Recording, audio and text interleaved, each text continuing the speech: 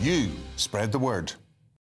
It's Patrick Christie's Tonight, and here we do things differently. It's explaining the absolute madness of this, doesn't it? It's explosive. I mean, this is very good. It's lively. 850. Your government sat there, Sean, and it did nothing. It's controversial. And the Middle East has been in turmoil since before I was born. It's everything you need to kickstart your evening. Everyone's had their Weetabix tonight. I love to see it. That's Patrick Christie's Tonight, weeknights from 9 p.m. Only on GB News, the People's Channel, Britain's news channel.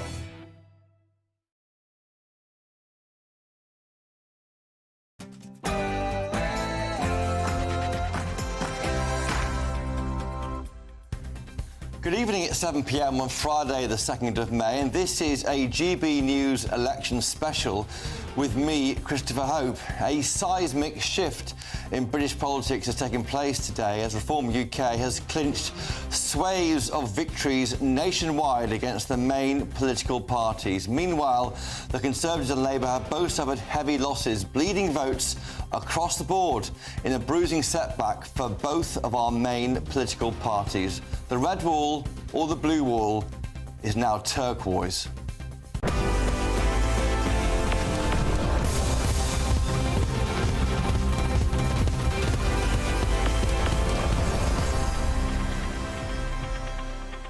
Over the next hour, I've got the former Conservative Party chairman, Sir Jake Berry, the former UK spokesman for Reform UK, Gawain Towler, Lib Dem MP Max Wilkinson, and Labour MP Josh Simons. We'll have all the reaction to what's been proved to be an earth-shattering evening in British politics. Plus, I can't see a world in which I would be bringing my wife and children back to the UK at this point. Prince Harry loses appeal against the government over his security, despite arguing that his life was under threat, as he admits the King won't speak to me because of this security stuff. But first, let's get your latest headlines on a dramatic day in politics with Aaron Armstrong.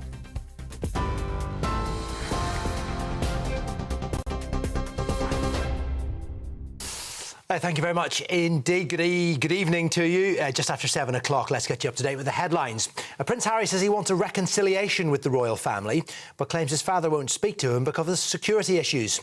Harry made the comments in an interview with the BBC broadcast after losing a Court of Appeal challenge over the level of security he receives while in the UK. His taxpayer-funded protection was downgraded in 2020 when he stepped down as a working royal. The Duke of Sussex feels it's impossible for him to bring his family here now, and he's called for the government to intervene. He says the King won't speak to him because of this, adding he doesn't want to fight anymore because he doesn't know how much longer his father has. Everybody knew that it was putting us at risk in 2020 and hoped that me knowing that risk would force us to come back. But then when you realise that that didn't work, do you not want to just keep us safe? Whether you're the government, whether you're the royal household, whether you're my dad, my family, despite all of our differences, do you not want to just ensure our safety? And I'm calling for the Home Secretary and the government to do a review of RAVEC. And I'm also asking for an R&B assessment that I haven't received since 2019. We've had a statement from Buckingham Palace. It says this: all of these issues have been examined repeatedly and meticulously by the courts, with the same conclusion reached on each occasion. Nigel Farage, the Reform UK leader, has claimed local elections have marked the beginning of the end of the Conservative Party. He was speaking after sweeping victories for Reform across England, in which they've gained control of a string of councils, have secured 2 mayoralties, and now they have their first female MP after Sarah Putchin won the Runcorn and Helsby by-election by 6 votes from Labour. Mr Farage says the two-party system, as we've known it for a century, is over. Two-party politics just died in front of our eyes. What happened here in County Durham and in Lancashire and in Runcorn and Helsby, really is, for the Labour Party, pretty cataclysmic. And what's happening with the Conservatives in the Shires is an apocalypse. I'm not even sure the Conservative Party can survive this in the long term. So, yeah, big day. And you know what? People vote for us because they want change. They are sick of the two-party system. A little earlier this evening, Luke Campbell, a former boxer and Olympic medalist, won Reform's second mayoralty of the day. He's no political experience, but he now has the job in Hull and East Yorkshire. Reform earlier won the Greater Lincolnshire mayoral race. It's also taking full control of a number of county councils, including Kent, Lancashire, Nottingham, Shire, Durham, Staffordshire, Lincolnshire and Derbyshire. Labour managed to hold on to its mayoral seats in Doncaster, North Tyneside and the west of England, despite underwhelming polling. Reform came second in all three of those. The Conservatives did manage to win back Cambridgeshire and Peterborough, the mayoral contest from Labour.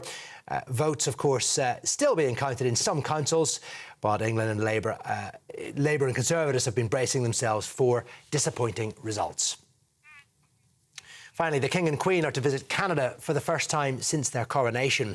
They will be there on the 26th and 27th of May. They'll attend the state opening of the nation's parliament. Charles is Canada's head of state, and he will travel to the country, less than a month after the former Bank of England governor, Mark Carney, and his Liberal Party won an historic election victory. There's your headlines. More from me at 8 o'clock. For the very latest GB News direct to your smartphone, sign up to News Alerts by scanning the QR code or go to gbnews.com/alerts.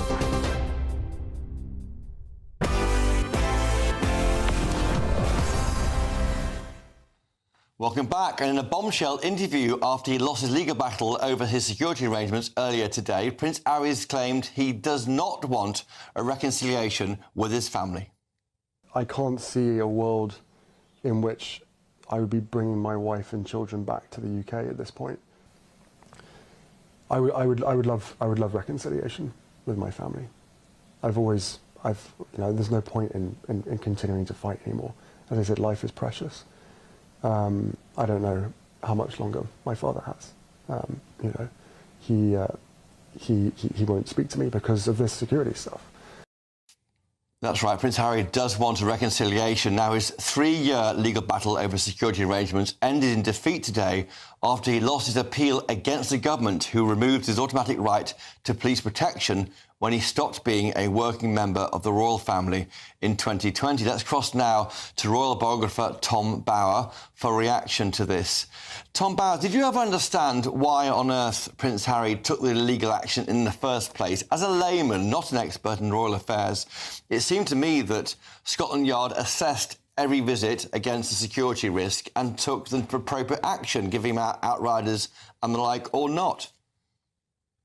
Well, I think that he suffers from some sort of paranoia, because actually the Ravik committee, which it does assess his security concerns and the risks to him on each visit, couldn't find any risk to his life. The only risk to his life has been self-created by claiming in his book that he shot 25 Taliban and regarded them as chess pieces, which wasn't very clever for a man who thought he was under risk. Now, I think at the moment the Prince showed in his interview today that he's both desperate and deluded. He is desperate because his father really is very ill, and he does know how long he's got to live, and he's desperate because the family have effectively ostracized him for good reason, because he behaved appallingly both in his book and in all the TV and radio interviews he's given. And he's deluded because he really does believe there's a conspiracy against him. I've gone through all the papers, all the judgments. There was no conspiracy. In fact, the Queen made it absolutely clear when he left the country after the Sandringham summit. She directed her private secretary, Edward Young, to tell Ravik that the Queen was most concerned about Harry's security and he should be protected at the highest level. So on both counts, and so many more, I think he's deluded. And Ravik, of course, is the committee which establishes who gets the royal protection. He wants a reconciliation with his family. Is that possible? No, because for very good reason. He was unbelievably and gratuitously rude to both William and Kate. He was rude to Camilla. He was very, very facetious about his father. He's a totally untrustworthy man. And the other side of it is this, that Meghan has made it absolutely clear her contempt for Britain and for the royal family, and that she wants to earn money exploiting the royal family. So the idea of Meghan ever being welcomed back to Britain under any circumstances is pretty remote. And he's just burnt all his bridges, not once, not twice, but progressively. He doesn't stop harming his own case. But she's not exploiting the royal family. She used HRH in for private missives, not publicly. They've changed the website they have. It's not that. They are trying to abide by the spirit of the agreement reached with the late Queen Elizabeth II. Is that not the case? No, the exact opposite. She was asked not to use her HRH, and she is using it. She keeps on calling herself... Only privately, though. Well, only privately, and the photograph of her goods being sold. I mean, she does everything she can. The only thing she can trade on is her title and rubbishing her time in Britain, like she did the other day again in a podcast. I mean, it's a terrible situation where she both hates the royal family and trades on it constantly and trashes us from California. And the trouble is that Harry is besotted by her. He needs her. His children obviously are divorced from their family, but that's all his own fault. He didn't have to do the interview with Oprah Winfrey. He didn't have to do the Netflix series. He didn't have to write his poisonous book and all the rest he's done. And now he thinks everyone should forget and forgive him. I mean, ridiculously deluded. He calls this an establishment stitch-up. You spent your life as a journalist taking on powerful opponents and, in some cases, the establishment. Is he right? No, completely wrong. I mean, I've gone through the judgments. They very, very carefully have said that every time he comes to Britain, if he gives notice, they will assess the risk and provide protection. The whole point is he has contrived the threats to him by two stories. One when he came out of a Kew Gardens event and the paparazzi photographed him, and this ridiculous so-called catastrophic car chase in New York, and has contrived that to suggest there's a threat to his life. All the intelligence services in Britain, the police and everything, would weigh up whether his life is threatened, and at the moment the only threat to his life is by his own actions. Well, Tom Bauer, royal biographer, thank you for joining us tonight on GB News. Great to see you. Thank you. Now, back to politics. It's a big night for Reform UK, who won the by-election in Runcorn and Helsby. Sarah Poachen, there she is, clinched the seat by just 6 votes, a record slim majority since 1945. Could this be the beginning of the end for Sir Keir Starmer's Labour government? Possibly. Reform UK's Dame Andrea Jenkins also made history as she became the first mayor for Greater Lincolnshire and Reform UK, of course, and Labour held on to North Tyneside, Doncaster and the west of England's mayoralties, despite plummeting polls in the opinion polls. Let's take a look at how politicians reacted to the big night. This is without a doubt the most important set of local elections in British history, for the primary reason that what it has shown is that the stranglehold that the two old parties have had on British politics for 100 years has been decisively broken. People want the change that we promised in the general election. They can see some big steps toward that in the first 9 months, but they want a lot more. I mean, it has been a long night, and we were bracing ourselves for a challenging night because, of course, many of the results that will be coming in today are based off the cycle of 2021, where we had an unprecedented victory. We got 66%, I think, of all seats up. We were winning seats. We won the Hartlepool by-election on the same day. So 4 years later, in a very different circumstance, having lost 2/3 of our MPs at last year's general election, of course, we were bracing ourselves for a very difficult night. We are not a protest party, even though there is much to protest about. No, the vibe, the whole vibe with Reform UK is, you know what, we can turn this country around. People are so fed up with the two main parties. They're not the two main parties anymore. Reform is one of the main parties, and this movement of energy is going to carry on across the country. We're not going to fail on this. This is a pivotal moment for Reform because, as you said, we're going to get power. And to me, it's about leading with a sort of common sense. There we have it. What a night this has been. Now, it's been an unfortunate set of results for Kemi Badenoch's Conservative Party, who have suffered heavy losses in key heartlands, and not the news she wanted to hear on her 6-month anniversary as party leader. Joining me now to discuss the Conservatives' performance is the party's former chairman, Sir Jake Berry. Sir Jake, great to see you in Good evening. Thank you for having me on. As things stand, 7 p.m. Friday night, Reform are up 624 council seats. The Tories are down 628. Labour also down 173. Is this the beginning of the end for your party? Well, I mean, people have often talked about the end of the Conservative Party, but, I mean, it's certainly a catastrophically bad night. But you've got to remember these elections are the four-year anniversary of an extraordinary, blockbuster set of elections by Boris Johnson. So we were starting at a very high base. It's not surprising that we have gone back considerably, because it was always hard to think. If you remember that feeling of warmth and goodwill across the United Kingdom following the rollout of the COVID vaccine, that's what these elections represent. Yes, we know I think all it's that. really interesting that the Labour Party, of course, did terribly in those elections.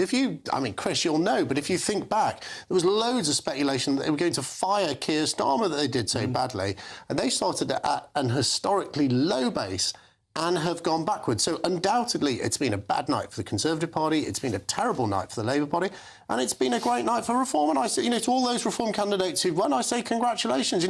I am retired from politics. I got battered last year. I know what it's like to lose. That's why I've got such sympathy with my Conservative colleagues and brilliant councillors who's lost their seat. But I also know without good people putting themselves forward and winning elections, Britain doesn't run. So I'm not going to be churlish. Congratulations to Reform and all their candidates. I thought this weekend would be lots of chatter in newspapers about merging Reform UK and the Conservatives as the right comes together to take on the Labour Party. But really, is that right? It's too late. Chris, it's too late. Why would Reform merge with the Conservative Party? The Conservative Party, I carry a bit of the blame for this because I was in Parliament, we made ourselves unelectable. Right? That's why people went out and voted Labour. No one knew what Keir Starmer was going to do. No one would have voted for him to cut the winter fuel allowance and, cancel farmers, break the British farms up. No one knew what it was going to do.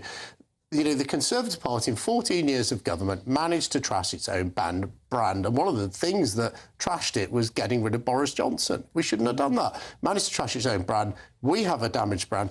On these results last night, Reform have a growing, good brand, liked by people. People want to go out and vote for them. They've got energy about them. They are not going to want to add the Conservative Party, currently in decline, of course that can change, to what is an extraordinary political movement with momentum. Also, Jake Berry, the support they've got on the left now, they wouldn't accept a deal with the Tory party. So, Chris, the really big test for Reform, and it's not a fight that I think the Conservatives are going to have a dog in 12 months' time, is going to be those Welsh elections. That is their opportunity to run a country here in the United Kingdom. Most opinion polls have them ahead. It's proportional representation, so it favours them as well.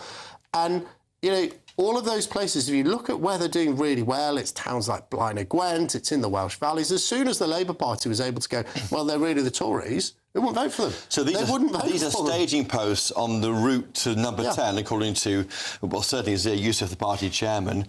Can they maintain that momentum? I think now it's likely Labour go long for the election into 2029, not short. I think those of us who wake up every morning and pray for an early election, I can freely admit I'm one of them, are sadly going to be disappointed. Look, in terms of the momentum, this is a fantastic sprint. We say, often on election night, this is historic and this is... But this feels it. This really is. This is the breaking of that old two-party system. The Conservative Party, the oldest and most successful political party in history, humbled by the upstart of Reform in a huge set of local elections in our heartlands. This is historic. Now, what a springboard for Reform. If they go on, if they maintain this momentum and the next big staging place, it's all eyes on Wales. If they go on and they win in Wales... Then what? That makes Nigel Farage, in my opinion, more likely to be our next Prime Minister than either Kemi Badenoch or Keir Starmer. That's a big thing to say as a former I know, but party chairman. I'm a gambler. I do like making predictions, but look... That's big. That would be an extraordinary thing. If they were running a country in the United Kingdom, Wales, They'd have power over things like taxation. They have the ability to cut up to 10 pence off income tax. They'd control planning. They'd control energy policy. They'd control the NHS. And if they can make that a success, they can play that out as a blueprint for Britain. And with power comes responsibility, not getting it wrong, pressure. They're untested. Beat the eyes of some people in the journalists and the two main parties, but the Lib Dems too. And look, they might make a complete hash of this. I rather hope they don't, because they're now controlling so many councils in Britain. I want Britain to succeed. So bizarrely, for somebody who used to be Conservative Party chairman, I want Reform councillors and Andrea Jenkins. Look, I think Did you vote Reform UK? I have, of course not. I voted for myself. Who else would I? I didn't have a vote. There was no elections. But I don't think. Certainly, I wouldn't at the moment. But I think, well, I do. But I think the real thing is that I cannot see a way in which my party, under the leadership of Kemi Badenoch or Keir Starmer, stops this momentum. Because if you think about. Now, we were saying before the show, it was 2014 where they had that extraordinary set of elections. I remember David Cameron coming to the 1922 after the UKIP, I think it was, had won a national election like Reform has today. And he's saying, look, don't worry, guys, it's a flash in the pan. And some cheeky Tory MP heckled him saying, it's a bloody big flash in a bloody big pan. But we knew what people wanted. They wanted the referendum on Europe, and that enabled David Cameron to do a quick policy change, only 12 months before a general election, and then go on and win a surprise majority in the 2015 general election. Why this is different, why I don't think Keir Starmer can do that, and actually don't think Kemi can either, is the fact that the people who are voting Reform, if you talk to them, if you go to your local pub or your football club or you chat to parents at the school gates, these people are saying, look, the entire system's broken. We want Britain to change. We want politics to change. And I don't think there's any quick fix to that. The Labour Party say they, interesting to see on the outtakes there, a Labour MP say, people back our plan for change. Guess what they don't? Look at these elections. Whatever your plan is for change, that's not the change they want. Apparently they want Nigel Farage. And just finally, you said at the moment there that you may vote for Reform UK in the future. No, politics is really tribal. And, I think I'm probably a bit too long in the tooth to be changing the colour of my support.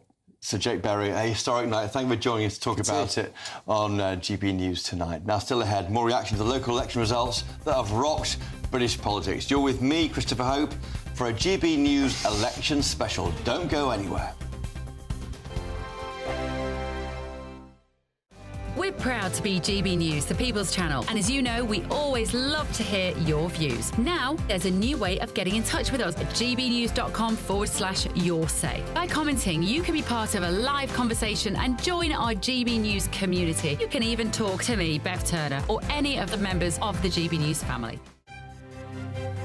GB News Breakfast. Every day from 6 a.m. Do you know that Gladiators is the TV show most likely to get you thinking about moving, about exercising? Well, who better to talk to us about than Gladiator and Olympian Montel Douglas. Good to see you this morning, Montel. What way does Gladiators work in getting people to move? I think Gladiators spans all generations, which is one of the things that I love the most. You know, we have everyone from 2-year-olds doing our moves and feeling like superhuman, all the way up to, 90s, 100, people saying that they're really inspired to start moving, to start thinking differently about their health in a range of different things, but also just to think that, why can't I do it? And everyone's got a story, everyone's journey, their strength journey is very, very different. Mine's been very different, like I said, from summer to winter into Gladiators. Even that was a massive shift. So I think it's just inspiring people to think that they can do it. Montel, what if I just hit upon that area about can't do? I'm in a position where I can't do a lot of things now. I regard watching Country File on a Sunday night as huge exercise for me. What if you just believe you can't do anything? I'm really sad that you said that, Eamon. You can do whatever you're... the thing is, as well, if you think you can or you think you can't, you're usually right. And I always say, try. I think many of us, the first time I climbed up of a wall doing Gladiators, I'm petrified of heights, and people know that. And you will never know that now because I went on there and, I got frightened, I was brave, and then kept on doing it. And I think the hardest thing is to start. And what I hope is that, we're inspiring people to start something that they never thought, because you don't know until you try. And they're also... it doesn't matter what it is. As long as you just make that first move, you can get better. And then you'll feel braver when you do it. GB News, the People's Channel. I'm Christopher Hope. From pop stars to politicians, I'll interview anybody in a pub who's got a political opinion. Join me every Friday on Spotify, Apple Podcasts, YouTube or gbnews.com, or wherever you get your podcasts. This is GB News, the People's Channel. This is Britain's Newsroom, where your voice matters. It's just astonishing. With expert analysis and honest opinion, we don't just keep you informed. We bring you unique perspectives you won't see anywhere else. Can't argue with any of that. When the news happens, it happens here. On Britain's Newsroom, weekdays from 9:30 a.m. Only on GB News.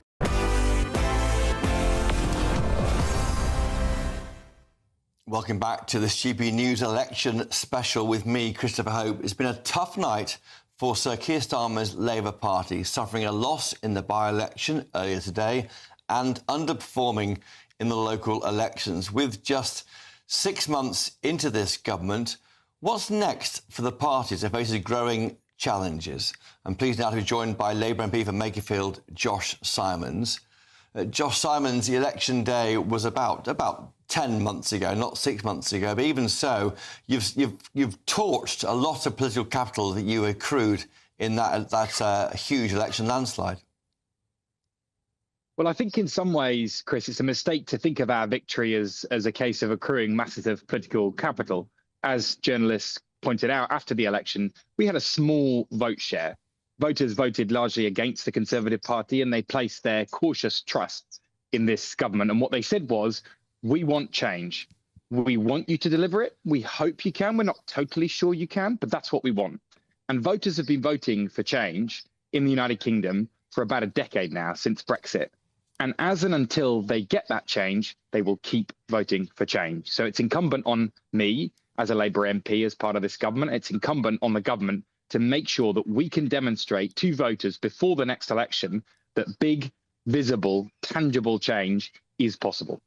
Was it right that your leader did not campaign for a single day in the Runcorn and Helsby by-election?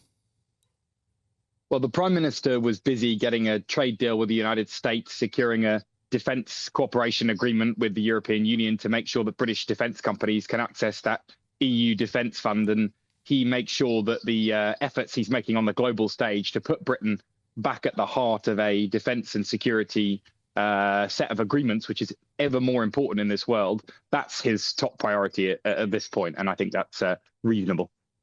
We're surprised to hear Nigel Farage say that his party is now the party of working men and women, not your party. Well, I think it's up to my party to make sure that it demonstrates that that is not the case. You know, one thing I'm going to be looking for in Runcorn, it's only about half an hour from me, from where I am now. I want to see what Sarah, the Reform MP, what does she actually do for her constituents? Because I wake up 2 or 3 times a week here and I'm thinking about the road I've got to deliver, this massive illegal waste dump that I want to get cleared and sort out. These big issues not being dealt with are the main reason why people are quite rightly furious at politicians like me. And in the end, that will be the test of her as an MP for Runcorn. You know, it's not some of the big picture Westminster bubble stuff. Does she get things done for the people of Runcorn? And they will get a chance to pass judgment on that in 4 years' time.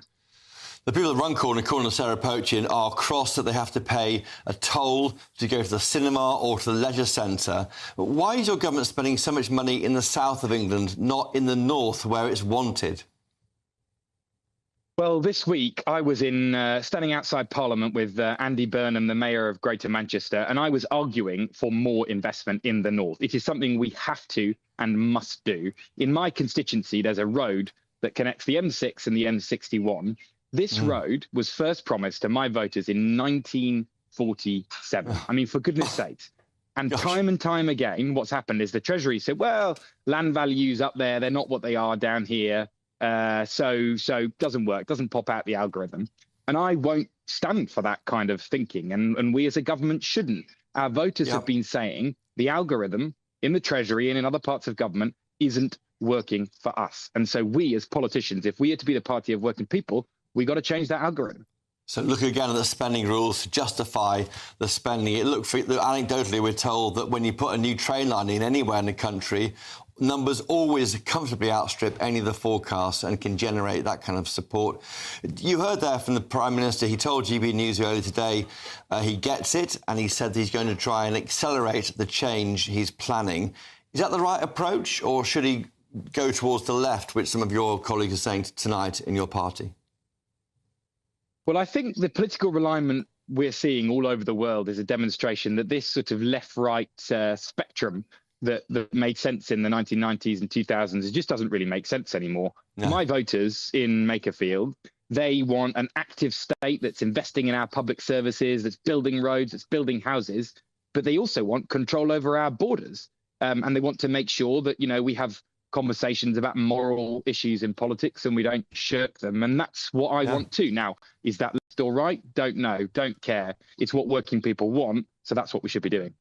We're surprised that your party lost 176 seats at the last count, with 20 out of 23 councils declared. Tories down 69, but no one expected that many of your party to lose. It does suggest, doesn't it, that Reform UK is taking support away from your party? Well, I actually think that the main story of last night is that voters will keep voting for change until they get it. You know, It was a really bad night for the Conservatives. It was not a great night for us. You know, there's no shirking or ducking that, and we need to hear that. And it was a good night for Reform because they are, at the moment, they look like the agent of change to too many people. But we have power. We're in government. We can do something about that. And it is incumbent on us to hear that message, to make sure that we push further and faster. And I would say not only faster, but also that we make clear we are doing this for working people in the United Kingdom, people who for a long time have been fed up with my class of politicians, and they are right to be. My constituents are right. I see it every day, to feel like in the end, Westminster hasn't been working for them, and to ask again and again Westminster to change so that it does work for them. There'll be speculation tonight, and there will be speculation this weekend in newspapers about a reshuffle of your top team in a cabinet. Do you want to see that? Do you want to see some names move out, others to coming in who can face head-on this reform threat? Well, reshuffles and who does what is a matter for the Prime Minister, and we all serve at his pleasure, as they say. But I think the important thing about who does what is that we get things done. I mean, I have seen firsthand, let me just give you a small example, Chris, because it's really shocking. There is a massive illegal waste dump in a part of my constituency. It's put there by organised crime. Right next to it is a school with young kids in it, and it breaks my heart every time I drive past because they inhale the fumes from that illegal waste dump. I've spoken to the Environment Agency, I've spoken to the police, I've spoken to the Home Office, you name it, I've spoken to it. It's not my problem, it's someone else's job. We can't do anything right now. It's going to take time, bear with. Why should I bear with? More importantly, why should they bear with? Why should the parents of those kids let their kids inhale those fumes? That is the sort of issue that we have got to smash through, because in the end, our voters are impatient. Working people in this country are impatient for change. And so we have to be their voice in every room in Whitehall that we can possibly put ourselves in. Even though that's a council issue, the Labour government is blamed for it.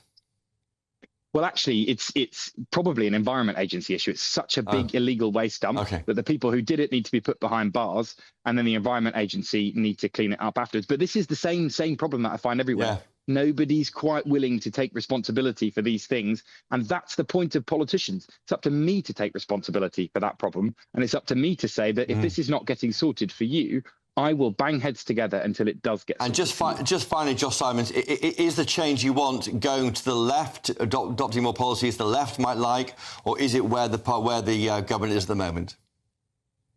Well, I think it's a mistake to construct the problem in that way. I really genuinely do not believe that my voters are straightforwardly to the left or the right of this government. And if I did, I would say so. I think they are tough on migration. They want controlled borders. They want moral language and conversations about politics to be something that we talk about and don't shirk away from as politicians. But they also want a really active state. They want to build things and do things and get things done.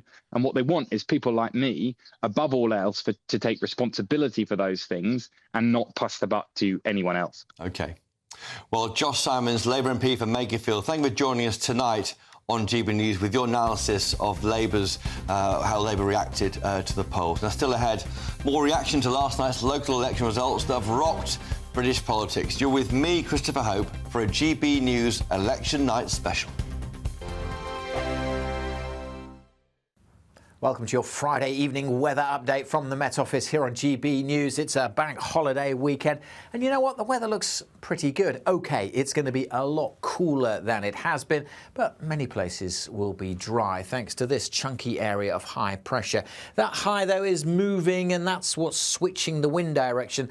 That's why things are turning quite a bit cooler. Still quite a warm evening across the south. See 1 or 2 heavy showers there, tending to fade away. Most places across England and Wales will be dry. Some showers coming into northern Scotland and a few outbreaks of rain trickling into the north of Northern Ireland later in the night. As I said, it's still quite warm and temperatures may hold up in double figures across the south, but it is going to be turning cooler as we go through the weekend thanks to a northerly wind. Some mist and low cloud just lapping the coast of southern England, may drift around into East Anglia and the southeast of England into the morning, so it might be a bit murky here, but a good part of England and Wales having a fine start. It will be quite cloudy for Northern Ireland with some light outbreaks of rain trickling south and more showers coming in across northern Scotland. They will tend to fade, I think, as we go through the day, and with some shelter from that northerly wind. Actually, a pretty good looking day through the central belt of Scotland, feeling pretty pleasant here.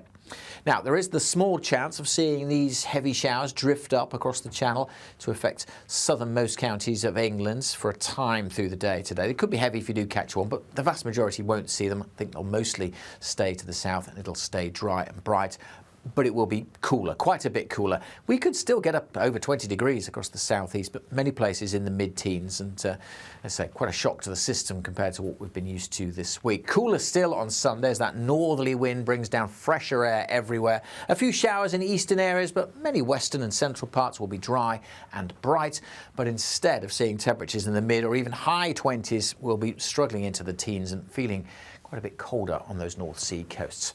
Enjoy your weekend. Mornings don't have to be tiresome, especially if you have the right company. Wake up to news as it happens, opinion and debate, and of course, a little bit of entertainment too. Because when the kettle's on, we're on. That's Breakfast on GB News, a show worth waking up for. Every morning from 6 a.m. Only on the People's Channel, Britain's news channel. We'll spread the news, you spread the word. The royal family is an enduring symbol of tradition, unity and pride for Britain. At GB News, we celebrate what makes this country great. In our new royal newsletter series, you can join me, Cameron Walker, for Inside the Palace, an exclusive look every week that takes you beyond the gates and brings you the very latest from those at the heart of the monarchy. Never miss a royal moment again. Sign up now. Go to gbnews.com/royal newsletter and get the latest straight to your inbox.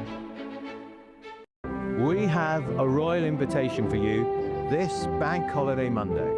It's VE Day. We're going to be here at Buckingham Palace from dawn till dusk and at street parties all across the country. Join us for the pomp, the pageantry, the marches and the dramatic fly past. A day when we can all feel proud to be British. VE Day all day Monday and throughout next week. Only on GB News, the People's Channel. Britain's news channel.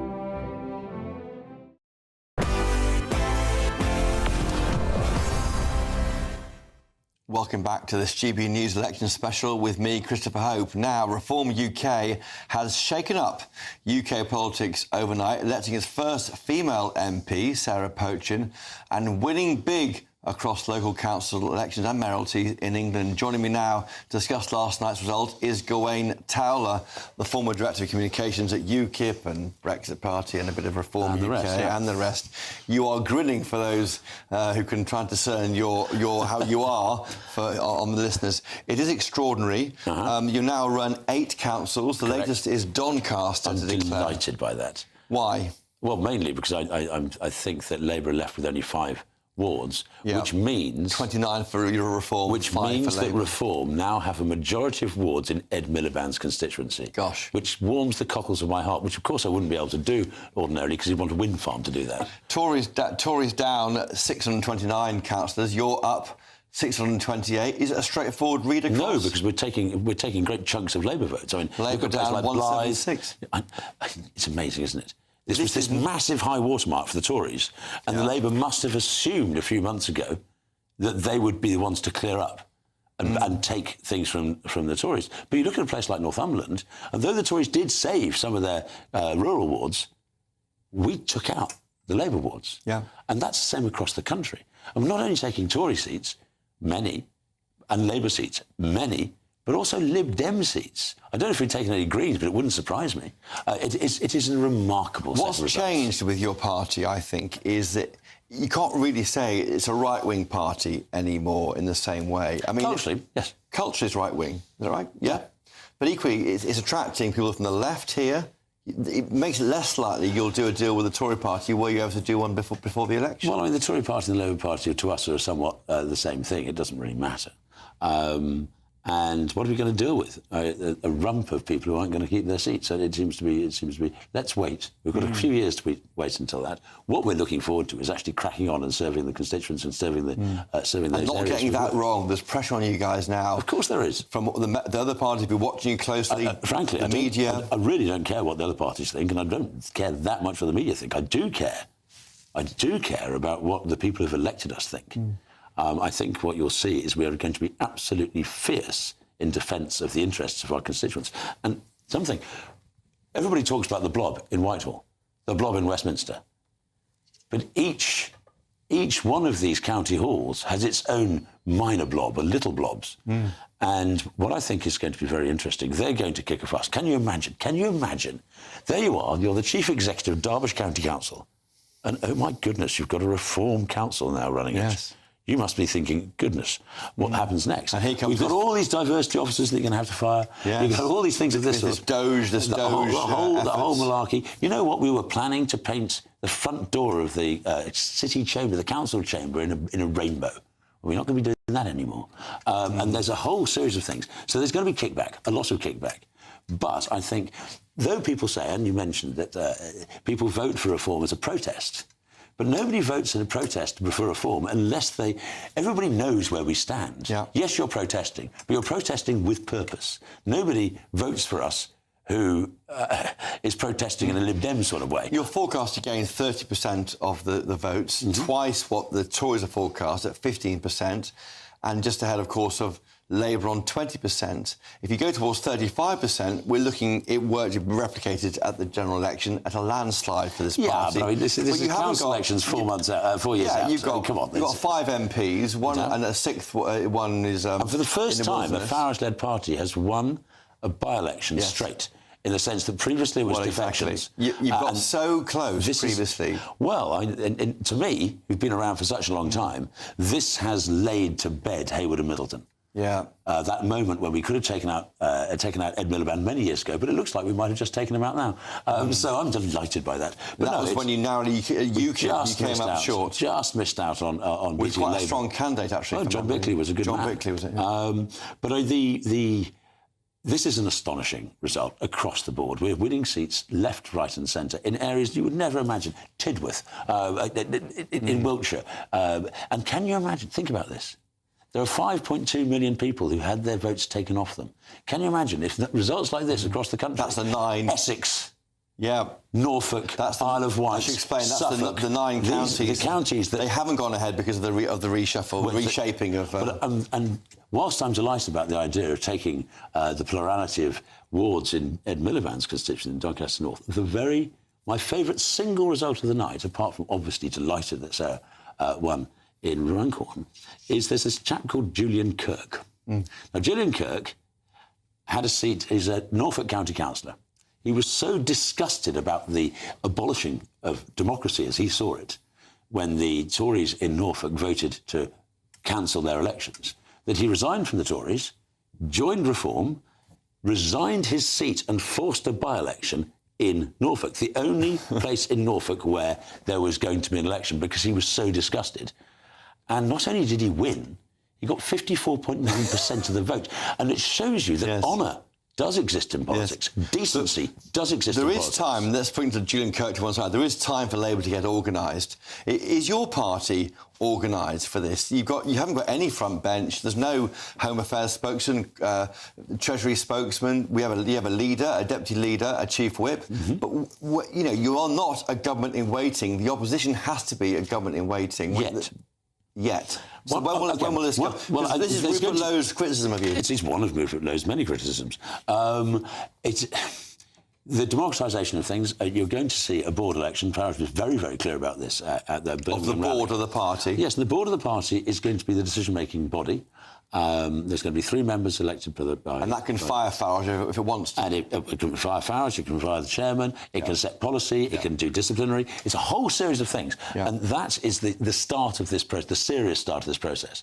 But the reason why we were so effective across the country and the ground game, we've always been very good at the air game, the air war. Not the ground game, but not the ground game. But I don't think you can say that now, can you?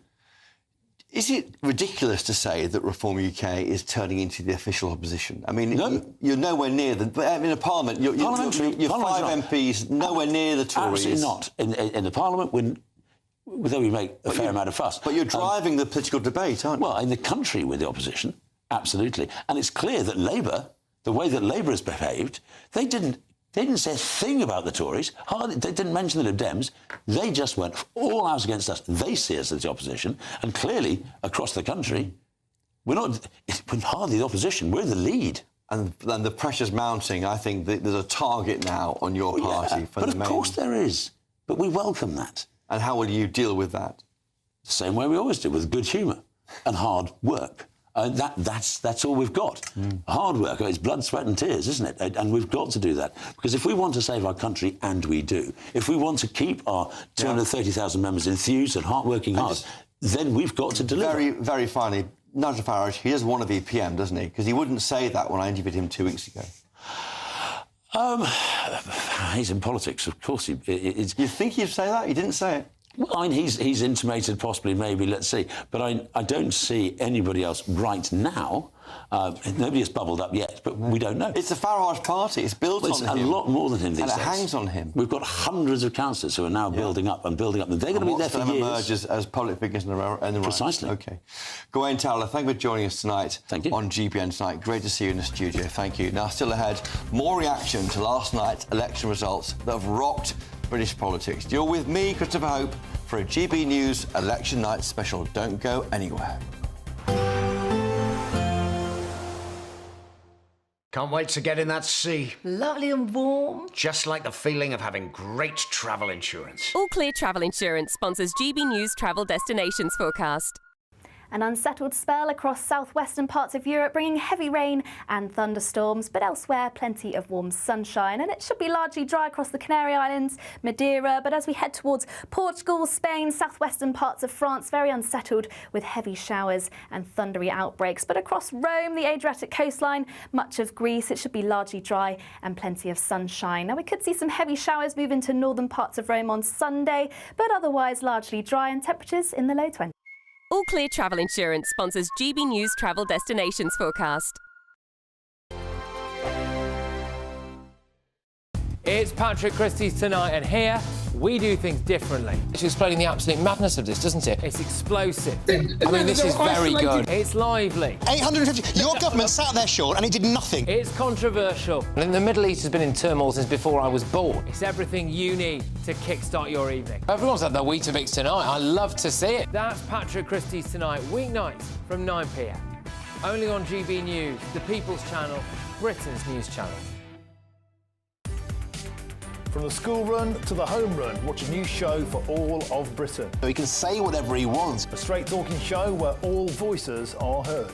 And, you know, when are we going to stop talking about smashing the gangs and actually do it? With the stories that matter from every part of our country. There's a bit of a crash landing there for your Chancellor. Bold, fearless and standing up for you. That's me, Martin Daubney, 3 p.m. till 6 p.m, weekdays, here only on GB News. The People's Channel, Britain's news channel. Good Afternoon Britain isn't just about us. The wonderful thing about this programme is it's about everyone watching. It's an interactive programme. Well, there absolutely is something to see here, and we're going to be talking about it more. Whether it's breaking royal news, please bring us up to date, or indeed a particularly punchy speech in the House of Commons. Very, very curious. We bring it to you live, and then we bring you live reaction as well. That's Good Afternoon Britain, weekdays from midday. Only on GB News, the People's Channel, Britain's news channel. In the GB Newsroom, we bring you the news as it happens. With our team of dedicated journalists across the UK, we're ready to keep you up to date with what's happening every half an hour, every single day. Bulletins here on GB News, the People's Channel, Britain's news channel. Mornings don't have to be tiresome, especially if you have the right company. Wake up to news as it happens, opinion and debate, and of course, a little bit of entertainment too. Because when the kettle's on, we're on. That's Breakfast on GB News, a show worth waking up for. Every morning from 6 a.m. Only on the People's Channel, Britain's news channel. We'll spread the news, you spread the word. Join me, Nana Akwe, for an informative, interactive news programme with a difference. It's fun. No, he didn't say that, Dave. I'm so surprised. I think there's an element of truth to that. Join me from 3 p.m. every weekend, only on GB News, Britain's news channel. We're proud to be GB News, the People's Channel. And as you know, we always love to hear your views. Now, there's a new way of getting in touch with us at gbnews.com/yoursay. By commenting, you can be part of a live conversation and join our GB News community. You can even talk to me, Bev Turner, or any of the members of the GB News family.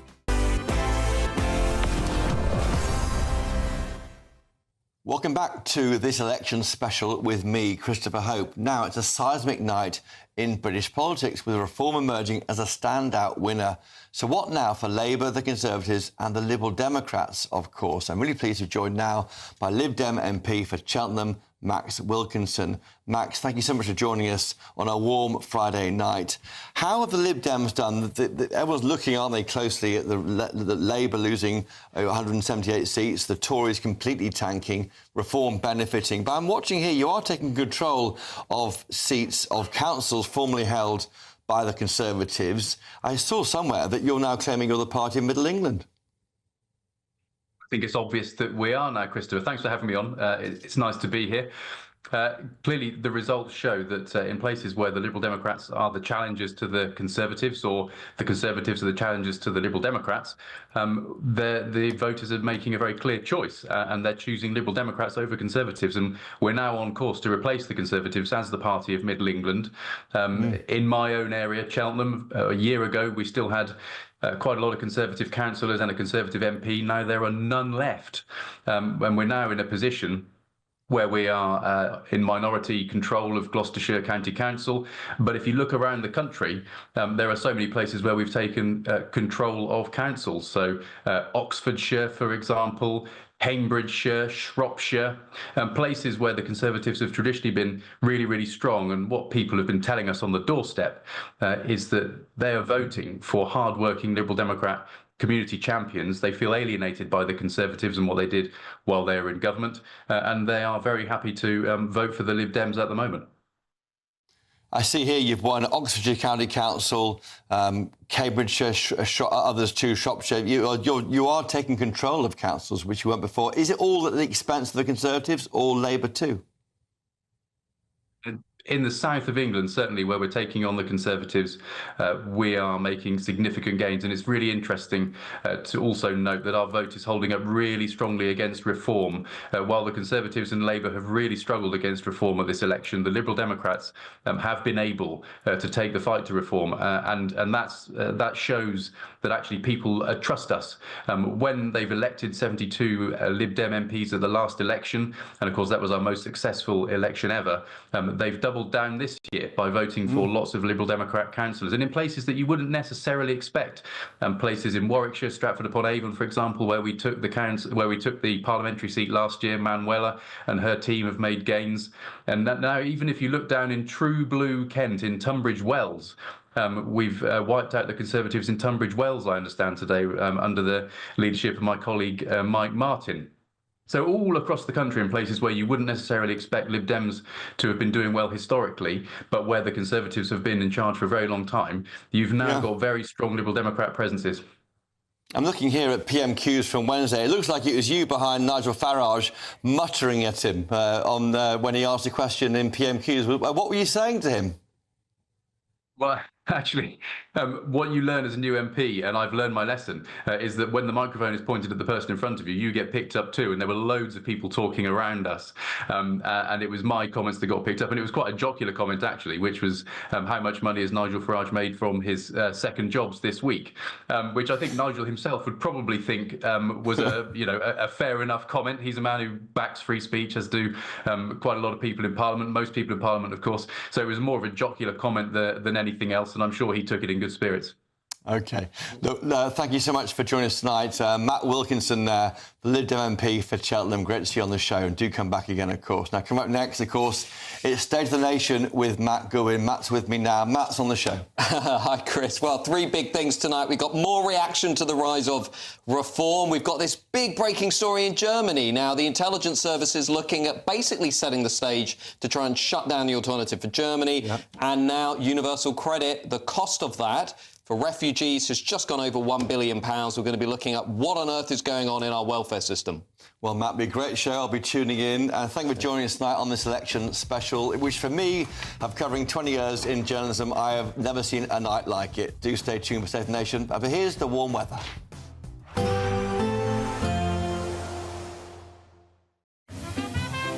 Heavy showers first thing will be followed by a warm, cosy day.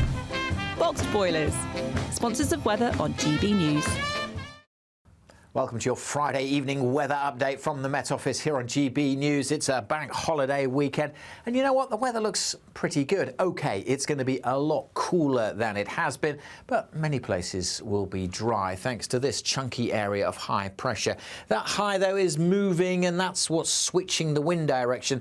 That's why things are turning quite a bit cooler. Still quite a warm evening across the south. See one or two heavy showers there tending to fade away. Most places across England and Wales will be dry. Some showers coming into northern Scotland, and a few outbreaks of rain trickling into the north of Northern Ireland later in the night. As I said, still quite warm, and temperatures may hold up in double figures across the south, but it is going to be turning cooler as we go through the weekend, thanks to a northerly wind. Some mist and low cloud just lapping the coast of southern England, may drift around into East Anglia and the southeast of England into the morning, so it might be a bit murky here, but a good part of England and Wales having a fine start. It will be quite cloudy for Northern Ireland, with some light outbreaks of rain trickling south and more showers coming in across northern Scotland. They will tend to fade, I think, as we go through the day, and with some shelter from that northerly wind. Actually, a pretty good looking day through the central belt of Scotland, feeling pretty pleasant here. Now, there is the small chance of seeing these heavy showers drift up across the channel to affect southernmost counties of England for a time through the day today. They could be heavy if you do catch one, but the vast majority won't see them. I think they'll mostly stay to the south, and it'll stay dry and bright. But it will be cooler, quite a bit cooler. We could still get up over 20 degrees across the southeast, but many places in the mid-teens, and I say quite a shock to the system compared to what we've been used to this week. Cooler still on Sunday as that northerly wind brings down fresher air everywhere. A few showers in eastern areas, but many western and central parts will be dry and bright. But instead of seeing temperatures in the mid or even high 20s, we'll be struggling into the teens and feeling quite a bit colder on those North Sea coasts. Enjoy your weekend.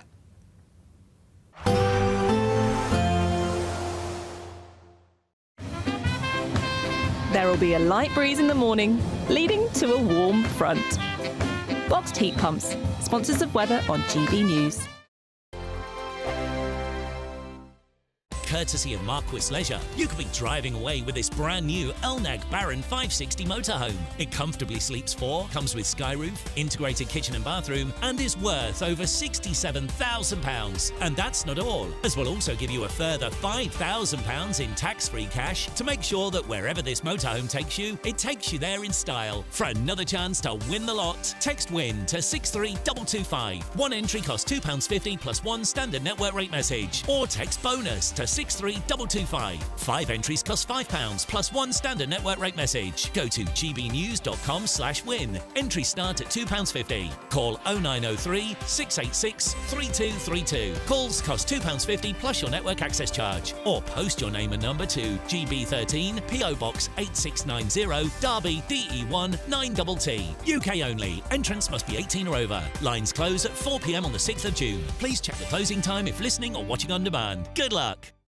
It's Patrick Christie's Tonight, and here we do things differently. It's explaining the absolute madness of this, doesn't it? It's explosive. I mean, this is very good. It's lively. 850. Your government sat there, Sean, and it did nothing. It's controversial. And the Middle East has been in turmoil since before I was born. It's everything you need to kickstart your evening. Everyone's had their Weetabix tonight. I love to see it. That's Patrick Christie's Tonight, weeknights from 9 p.m.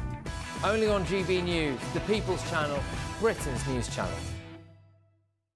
Hi, I'm Michelle Dewberry, and my show is your opportunity to cut through all the noise and dive in headfirst to some robust debates. Ideas clash. Situation, isn't it? Because the failure is... You're deliberately avoiding my point. Nothing's held back. And if you think this is the end of it, wait for more. And we do not shy away from the difficult stuff. Sometimes I want to shake people and say, if only you understood. So join me